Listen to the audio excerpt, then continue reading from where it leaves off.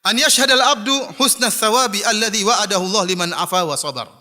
Hendaknya dia ingat, menghadirkan dalam diri ayyasyhad, dia menghadirkan bahwasanya bagaimana indahnya pahala bagi orang yang bersabar dan memaafkan. Kama qala ta'ala, sebagaimana firman Allah Subhanahu wa taala, wa jazaa'u sayyi'atin sayyi'atun mithluha. Dan balasan atas keburukan adalah keburukan yang semisalnya. Faman afa wa aslaha fa ajruhu 'ala Allah. Barang siapa yang maafkan dan berbuat kebaikan, maka pahalanya atas Allah. Allah yang memberikan pahalanya. Innahu la yuhibbudz zalimin. Sungguhnya Allah Subhanahu wa taala tidak menyukai orang-orang yang zalim. Dalam ayat ini kata Ibnu Taimiyah rahimahullah, Allah menyebutkan 3 golongan manusia tatkala dizalimi. Tatkala seorang dizalimi, ada 3 golongan, 3 model sikap manusia terhadap kezaliman yang menimpanya. Yang pertama adalah seorang yang muqtasid. Yang muqtasid yaitu yang dia membalas sesuai dengan kezaliman yang mengenainya. Allah mengatakan wa jazaa'u sayyi'atin sayyi'atun mithluha. Balasan bagi keburukan adalah keburukan yang semisalnya. Kata Allah, wa in aqabtum fa'aqibu bimithli ma uqibtum bih. Kalau kalian ingin membalas, maka balaslah sebagaimana kezaliman yang kalian rasakan. Namun Allah mengatakan wala in sabartum lahu khairul lisabirin. Kalau kalian bersabar maka lebih baik. Jadi Allah Subhanahu wa taala tidak menyalahkan. Saya katakan tidak berdosa. Kalau ada seorang dikatakan dizalimi kemudian dia balas dengan kezaliman tersebut, dia melampiaskan kemarahannya, selama pembalasannya sama dengan kezalimannya, dia tidak berdosa. Dan ini Allah memperhatikan apa? Sifat manusia seseorang. Tidak mengapa kalau dia balas, tetapi harus sesuai dengan kadar kezaliman. Contohnya ada orang mengatakan kepada kita, "Wahai fulan, ente anjing." Kita bilang ente juga anjing.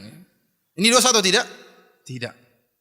Kenapa? Kita balas sesuai dengan kezaliman dia. Tapi kalau kita balas ente juga anjing, rabies. Ah, ini dosa. Kenapa? Karena anjing rabies lebih parah daripada anjing biasa. Apalagi kalau sudah marah, bukan ente aja yang rabies, bapak ente, nenek ente, semua 7 turunan ke atas 7, semuanya rabies. Ah, ini lebih parah lagi dosanya.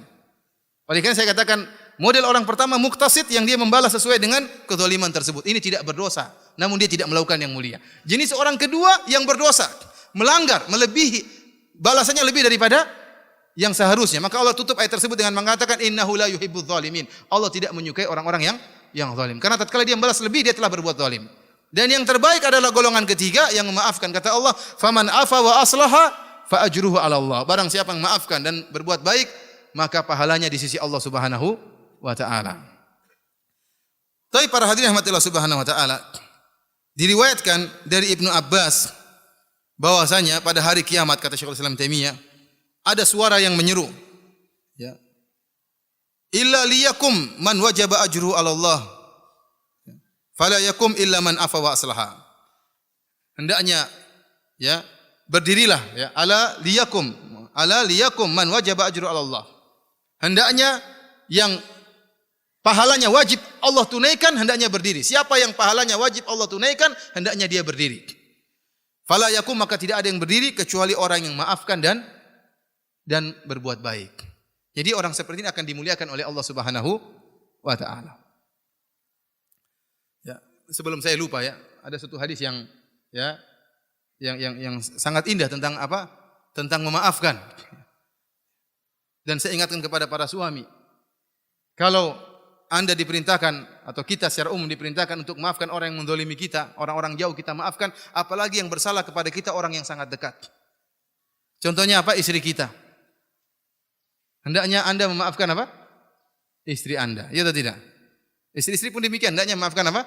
Suaminya. Para suami ingat hadis Nabi sallallahu alaihi wasallam. Kata Rasulullah sallallahu alaihi wasallam, ya, man kadzama ghaidhan wa huwa yaqdiru ala an yunafidhahu da'ahu Allahu yaumal qiyamati ala ru'usil khalaiq hatta yukhayyirahu min ayyil huri syaa. Kata Nabi sallallahu alaihi wasallam, barang siapa yang menahan amarahnya padahal dia mampu untuk melampiaskan amarahnya, maka Allah akan panggil dia pada hari kiamat di hadapan khalayak. Allah pamerkan dia ini, Allah banggakan dia di hadapan manusia seluruhnya. Kemudian sampai Allah menyuruh dia untuk memilih bidadari yang dia kehendaki. Jadi ini dalil bahwasanya bidadari berbeda-beda, tidak sama. Oleh karenanya kalau istri ente marah-marah, ente maafkan. Ente bilang, kenapa suamiku maafkan? Wahai istriku, sungguhnya Nabi bersabda, barang siapa yang memaafkan, maka disuruh pilih bidadari pada hari kiamat. Syukran istriku, saya maafkan engkau. Istri tak mengamuk-ngamuk. Oleh karenanya perhatian Allah Subhanahu wa taala, Allah akan muliakan orang yang memaafkan. Wajib bagi Allah untuk beri ganjaran kepada dia pada hari kiamat, orang memaafkan. Ini tadi hadis tadi berbicara tentang menahan amarah. Itu sudah luar biasa pahalanya, dapat bidadari yang kita inginkan. Bagaimana lagi kalau memaafkan? Bukan sekedar menahan amarah, memaafkan sekalian. Lebih parah, lebih tinggi lagi derajatnya.